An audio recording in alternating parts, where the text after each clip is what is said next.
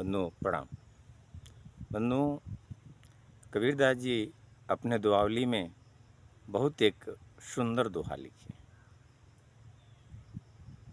दोहा जब कबीरदास जी लिख दिए तो बहुत विद्वान लोग उस दोहे को पढ़ करके अचंभित रह गए कि आखिर में कबीरदास जी जैसे महान व्यक्ति ऐसे दोहा क्यों लिखे।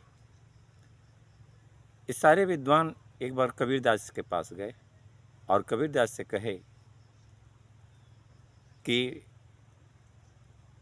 संत जी, आपके द्वारा यह रचित एक दोहा है जिसका अर्थ हम लोगों से नहीं निकल पा रहा।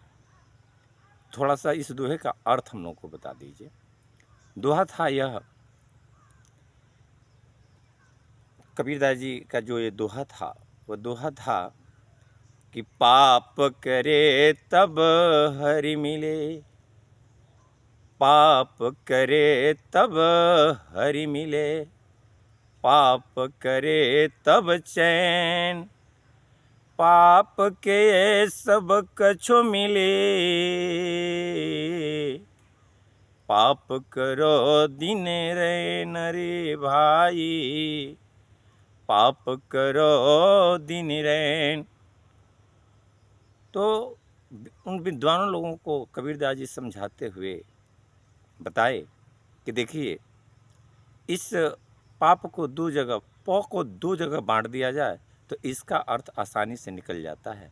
यानी पाप करे, यानी पाप करे तब हरि मिले। यानी कबीरदास जी का जो संकेत था वह यह संकेत था कि इस दुनिया में अगर किसी विद्वान या किसी गुरु से कुछ लेना है, यानी झुकना पड़ेगा, उनके चरणों में जाना पड़ेगा, अपने आप में नम्रता लाना पड़ेगा। अगर झुकेंगे नहीं, नम्रता नहीं लाएंगे तो वह ज्ञान हमको नहीं प्राप्त हो सकता है।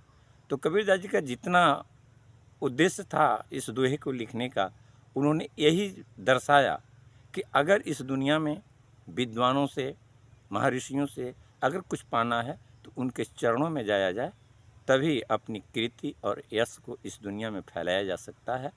तो इस दोहे का पूरा भावार्थ यही था कि कबीरदास जी का कहने का भी उद्देश्य यही था कि आप अगर इस दुनिया में अपना कीर्ति और यश फैलाना चाहते हैं तो हमेशा सदैव दूसरों के साथ, विद्वानों के साथ नम्रता भाव से उनके चरणों में सादर जाना चाहिए और उनसे ज्ञान लेना चाहिए।